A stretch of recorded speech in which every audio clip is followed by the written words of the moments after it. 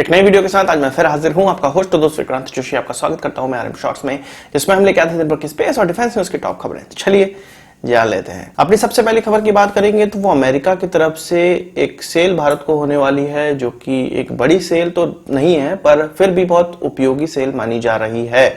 इसमें $155 मिलियन का कुछ टॉर्पीडो और कुछ मिसाइल्स भारत को प्राप्त होने वाली है, जो कि भारत की जो एयरक्राफ्ट है P-8I पोसाइडन जिसको कहते हैं, जिसको सबमरीन हंटर एयरक्राफ्ट भी कहते हैं, और ये एंटी सबमरीन वॉरफेयर में काम आती है, एंटी शिप वॉरफेयर में काम आती है। तो इस एयरक्राफ्ट के लिए दो प्रकार के वेपन्स, जिसमें कि एक मिसाइल है और एक टॉर्पीडो है, उसको अप्रूव कर दिया गया है ट्रंप एडमिनिस्ट्रेशन की तरफ से। इस सेल में 10 AGM-84L harpoon block 2 air launched मिसाइलें होने वाली हैं, जिसकी एस्टिमेटेड कॉस्ट कही जा रही है कि $92 मिलियन है, और 16 MK-54 लाइट टॉर्पीडो होने वाले हैं। इसके अलावा 3 MK-54 एक्सरसाइज वाले टॉर्पीडो भी होने वाले हैं, जो कि एक्सरसाइज में इस्तेमाल किए जाएंगे, और इसका जो दाम कहा जा रहा है वो $63 मिलियन कहा जा रहा है। कुल मिला के ये जो प्रोडक्ट हैं यह कुछ $155 मिलियन के हो जाते हैं, पर यह इसलिए बहुत ज्यादा महत्वपूर्ण है क्योंकि हमारा जो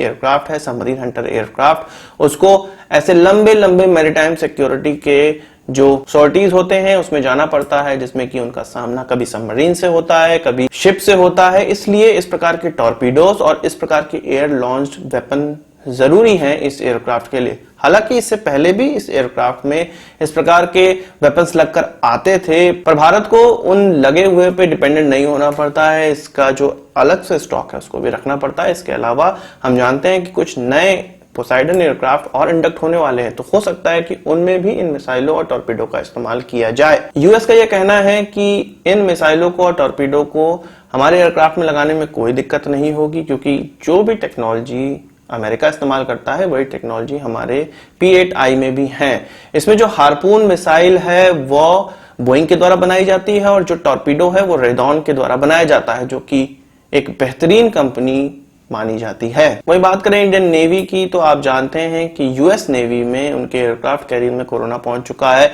इसके अलावा कई शिप में उनके कोरोना पॉजिटिव एम्प्लॉयज पाए गए हैं। तो इसी के एहतियातन इंडियन नेवी ने अपने लोगों के लिए गाइडलाइन जारी की है। इसमें यह कहा गया है कि यदि कोई इस प्रकार के चाइनीज वायरस से ग्रसित लोग पाए जाते हैं तो उनको तुरंत एयरलिफ्ट करा जाएगा और हेलीकॉप्टर के माध्यम से उनको एयरलिफ्ट किया जाएगा। इसके अलावा यदि वो एयरलिफ्ट नहीं हो सकते हैं तो उनको किसी ऐसे निकट स्थान पर पहुंचाया जाएगा, शिप को ऐसे निकट स्थान पर पहुंचाया जाएगा जहां पर उनका इलाज हो सके।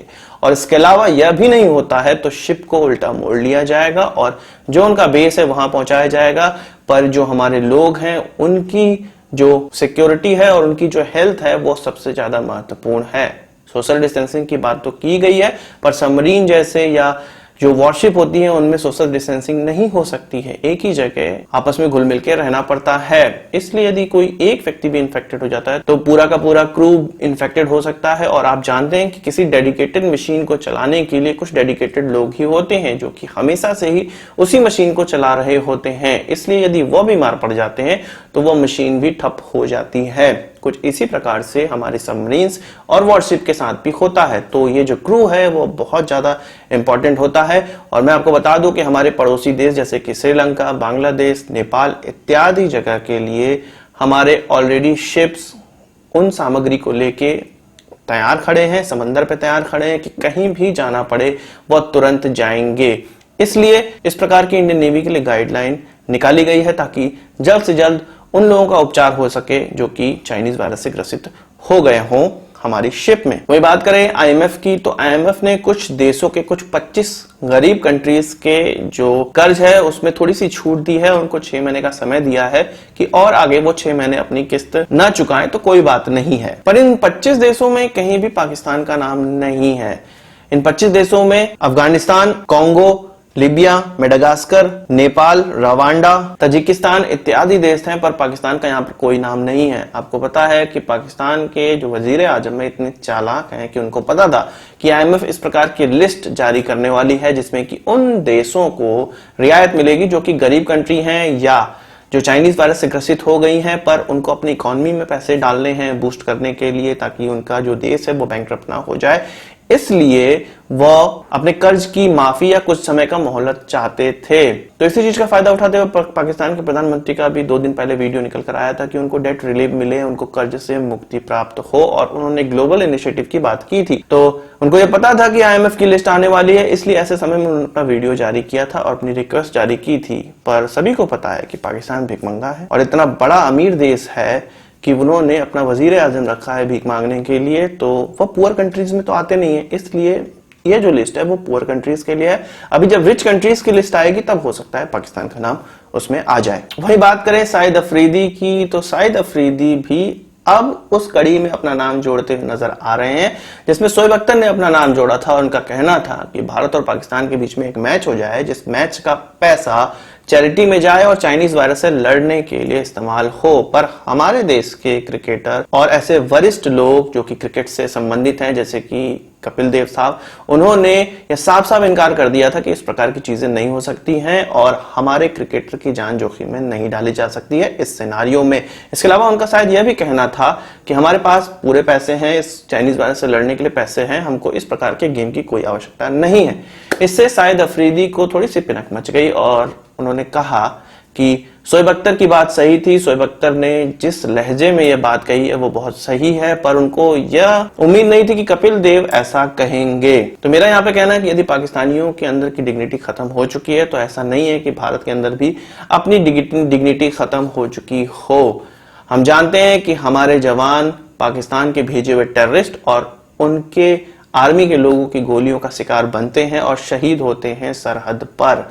इसलिए हमारा कोई भी व्यक्ति इस पक्ष में नहीं होगा कि भारत और पाकिस्तान के बीच में कोई क्रिकेट हो और उसका लाभ पाकिस्तानियों को प्राप्त हो। और यही चीज सेम चीज पाकिस्तानियों के साथ भी होती है। हमारे आर्मी के जवानों की बंदूकों का शिकार उनके जवान भी होते हैं, पर उनके पास तो शर्म लिहाज है नहीं, वो हमेशा पाकिस्तान के साथ मैच करना चाहते हैं क्योंकि उससे पैसे बनेंगे और ये पैसे के सामने अपनी कोई भी डिग्निटी या इज्जत आराम से बेच के खा सकते हैं। यहाँ पर 2 तरीके की चीज होती है, एक सामान्य नागरिक और एक आर्मी का बैठाया हुआ नागरिक। शाहिद अफरीदी यदि सामान्य नागरिक होते तो उनकी डिग्निटी होती और वो कभी इस तरह की चीज नहीं कहते कि भारत और पाकिस्तान के बीच में मैच हो, जिस प्रकार से हम नहीं कहते हैं। और वो आर्मी के बैठाए हुए आदमी है इसलिए इस प्रकार की चीज कह रहे हैं। क्यों कह रहे हैं? क्योंकि आर्मी इस तरफ से टेररिस्ट अटैक कर रही है, उधर से अपने आप को अच्छा दिखाने के लिए कि हमारे लोग कितने अच्छे हैं, हमारे क्रिकेटर कितने अच्छे हैं कि वो चाइनीज वायरस को लेके भारत के साथ एक मैच करना चाहते हैं। पर भारत के लोग कितने खराब हैं और कितना बेकार लोग हैं कि अच्छे रिश्ते चाहते ही नहीं हैं। शाहिद अफरीदी का यह भी कहना था कि मोदी सरकार की वजह से इस प्रकार के सिनेरियो बने हैं कि भारत और पाकिस्तान किसी भी प्रकार से करीब नहीं आ पा रहे हैं और एक क्रिकेट ही माध्यम था जिसके कारण भारत और पाकिस्तान करीब आते थे और उसको भी अब खत्म कर दिया गया है। तो कहीं ना कहीं मोदी सरकार का डर पाकिस्तान के अंदर तो जरूर दिखता है और ये हमारे नागरिकों को इस तरह से बेवकूफ बनाए, प्रोपेगेंडा फैलाएं कि देखो तुम्हारी जो सरकार है वो कितनी खराब है, हम तो हाथ मिलाना चाहते हैं पर तुम्हारी सरकार हाथ नहीं मिलाने दे रही है। तो ये प्रोपेगेंडा भारत में नहीं चल पाएगा। सभी लोग नवजोत सिंह सिद्धू नहीं होते हैं कि पाकिस्तान से किसी ने बुलाया और दोस्ती यारी में पहुंच गए। कुछ लोग कपिल देव भी होते हैं जिनके पास इज्जत होती है और ये इज्जत बहुत मेहनत से कमाई हुई होती है, वो इसी तरह इसको बेकार नहीं जाया देते हैं। तो मैं कपिल देव के साथ हूं और मुझे लगता है कि हमारे देश के सभी लोग कपिल देव के साथ होंगे। और ये शाहिद अफरीदी जैसे लोग और शोएब अख्तर जैसे लोग, इनका क्रिकेटिंग करियर खत्म हो चुका है। भारत में ये अपने प्रचार के लिए केवल इस प्रकार के बयानबाजी करते हैं ताकि इनकी बात मीडिया में हो और फिर से इनको भारतीय लोग जो कि पाकिस्तान परस्त हैं वो इनको देखना स्टार्ट करें, इनके YouTube चैनल को देखें और इनके जो अन्य ऐप्स में वीडियो आ रही हैं उनको देखें और इनका रेवेन्यू बने। मैं चाहता हूं कि भारत के लोग इनका कोई भी वीडियो ना देखे, भारत की तरफ से इनको कोई भी रेवेन्यू नहीं जाना चाहिए। एक बात जो शाहिद अफरीदी ने और कही कि उनके पास इस प्रकार की बहुत सी वीडियोस हैं जिसमें भारत के गरीब लोग कूड़े में से खाना बटोर के खा रहे हैं और भारत में बहुत गरीबी है, इसलिए भारत अपने लोगों को अच्छा खाना देने के लिए एटलीस्ट क्रिकेट खेल ले। तो आपको ये पता नहीं होगा कि भारत के लोगों के साथ इस प्रकार का कोई सिनारियो नहीं है। पता नहीं कितनी पुरानी वीडियोस इनको कोई फॉरवर्ड कर देता और उस चीज का ये प्रोपेगेंडा बनाते हैं। और एक क्रिकेट से हमारे इतने बड़े देश का कोई भला नहीं हो सकता है। इससे ज्यादा पैसे तो हमारे यहाँ के सामान्य लोग डोनेट कर देते हैं, हमारे फिल्म स्टार डोनेट कर देते हैं, जितना कि हम क्रिकेट खेल के पाएंगे। वहीं US commission on international religious freedom की एक रिपोर्ट निकलकर सामने आई है, और जैसा कि हम लोग बात कर रहे थे कि पाकिस्तान में हिंदू और क्रिश्चियन और ऐसी माइनॉरिटी कम्युनिटी को जो कि मुस्लिम नहीं है उनको मूलभूत चीजें नहीं दी जा रही है इस चाइनीज वायरस के सिनारियों में, और खाना तक उनको नहीं दिया जा रहा। तो इसी का संज्ञान लेते हुए इस कमीशन ने पाकिस्तान को लताड़ा है और कहा है कि इस तरह की चीजें नहीं होनी चाहिए। मैंने इस प्रकार की जो खबर है आपको बहुत दिनों पहले बताई थी, और अब अमेरिका का यह कमीशन भी मानता है कि पाकिस्तान में इस प्रकार की डिस्क्रिमिनेशन हो रही है। तो शाहिद अफरीदी पहले इस डिस्क्रिमिनेशन को देखे, उसके बाद भारत पर आए और भारत को कोई सजेशन दे। तो आज की इस वीडियो के लिए बस इतना ही। आशा करता हूँ वीडियो पसंद आया होगा, आपको एक बार हमसे जरूर देंगे। इस वीडियो संबंध कोई सवाल सुझाव हो कमेंट बॉक्स में जरूर लाइएगा, और यदि आपने हमारा चैनल तो सब्सक्राइब नहीं किया उसे भी कर लीजिए, क्योंकि हम इस प्रकार की वीडियो लाते रहते हैं। नमस्कार, थैंक यू, जय हिंद।